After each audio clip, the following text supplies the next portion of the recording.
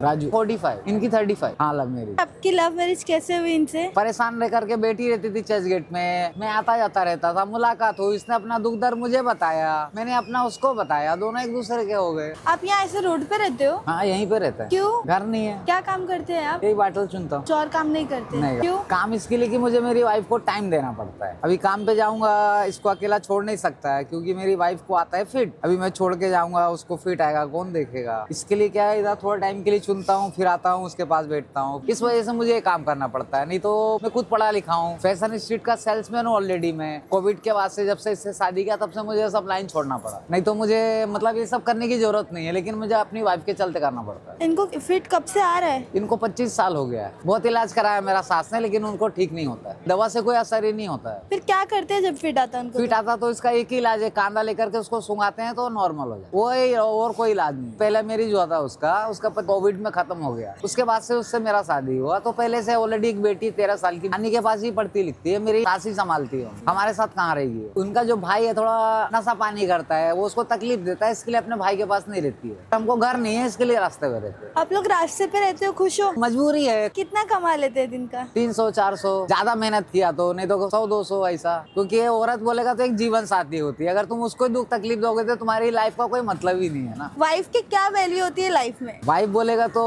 उससे बढ़ के कौन है, तुमको देखने वाला, तुम्हारे आगे पीछे कौन है, वही तो है। जिंदगी भर वही साथ निभाएगी, मरते दम तक वही साथ देने वाली, तो उसकी वैल्यू भगवान से भी बढ़कर है। आपका जिंदगी जीने का मकसद क्या है? ऊपर वाले ने जीवन दिया, वो तो जीना ही पड़ेगा। तकलीफ में जियो चाहे अच्छे में जियो, तो जीना ही पड़ेगा, गुजारना ही पड़ेगा। अपने कौन होते हैं जिसको अपना बोल सके? अब जो भी अपने को प्यार से पूछा, बात किया, वो सब अपना ही है। पैसा कितना जरूरी है लाइफ में? पैसा बोलेगा तो जरूरी तो है, लेकिन इतना भी नहीं। एक तरफ प्यार और एक तरफ पैसा, तो क्या चुनोगे आप? मैं तो प्यार चुनूंगा, क्यों? वही मेरी जिंदगी है।